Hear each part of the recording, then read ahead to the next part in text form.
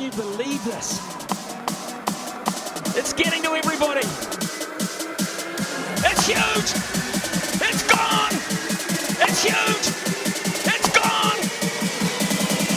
This is going to go all the way to the boundary off the bat. I do not believe what I've just seen. Drop dead.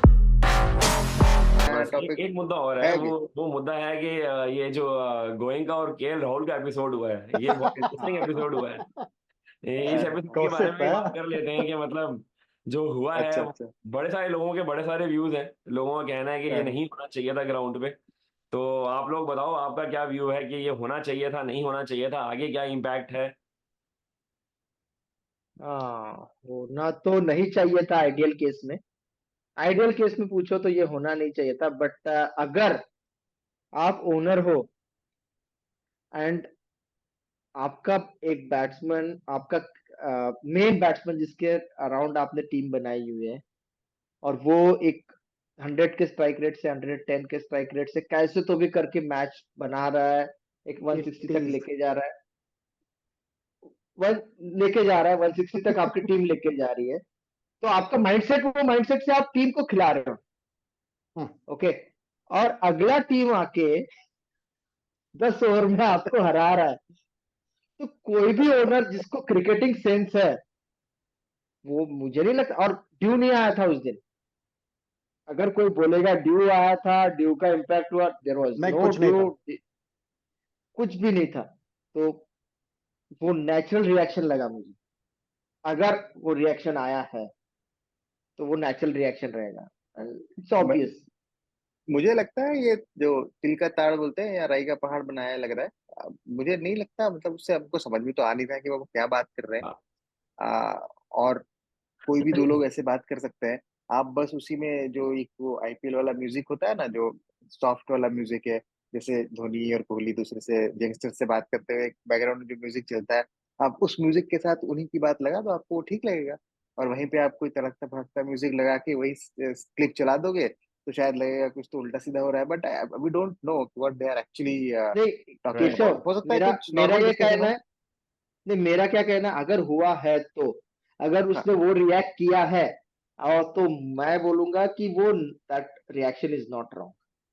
हाँ, reaction wrong नहीं है, और अभी don't even know कि वो बोल क्या रहा है, मतलब हाँ, मुझे हमको I पता don't नहीं है read क्या too much हुआ into है, that, हाँ।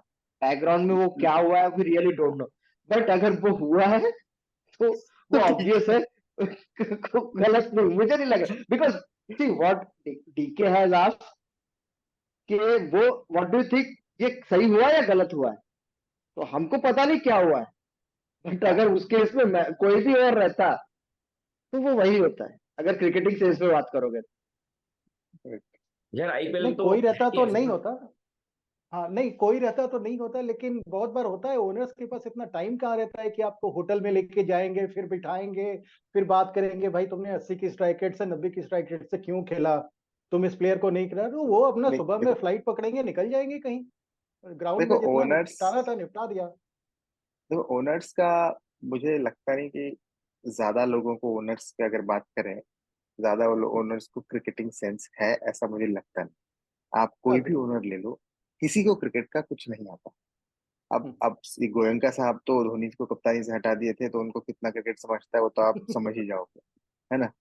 उसके अलावा भी कोई ऐसा मुझे नहीं लगता। और दिल्ली वाले तो पता नहीं किसी के भी पीछे प्राइस बढ़ाने के पीछे लगे रहते हैं, तो उनको भी, तो जो भी ओनर्स हैं, आई डोंट थिंक किसी को क्रिकेट का एबीसी भी आता, तो उनको ज्यादा बोलने की जरूरत भी नहीं है मेरे हिसाब से, ठीक है।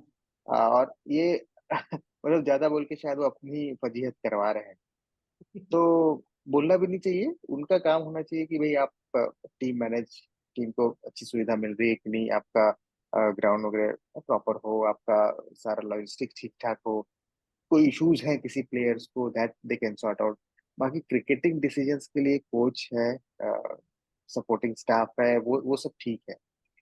कोई भी owner, just just think about 10 owners, कोई भी आपको ऐसा लगता है जिसको क्रिकेट का एबीसी आता है तो बताओ मुझे। I don't think anybody, any owner knows cricket. हाँ, ये आईपीएल ओनर ही नहीं, हमारे बीसीसीआई के सेक्रेटरी के भी बारे में बोला जा सकता है।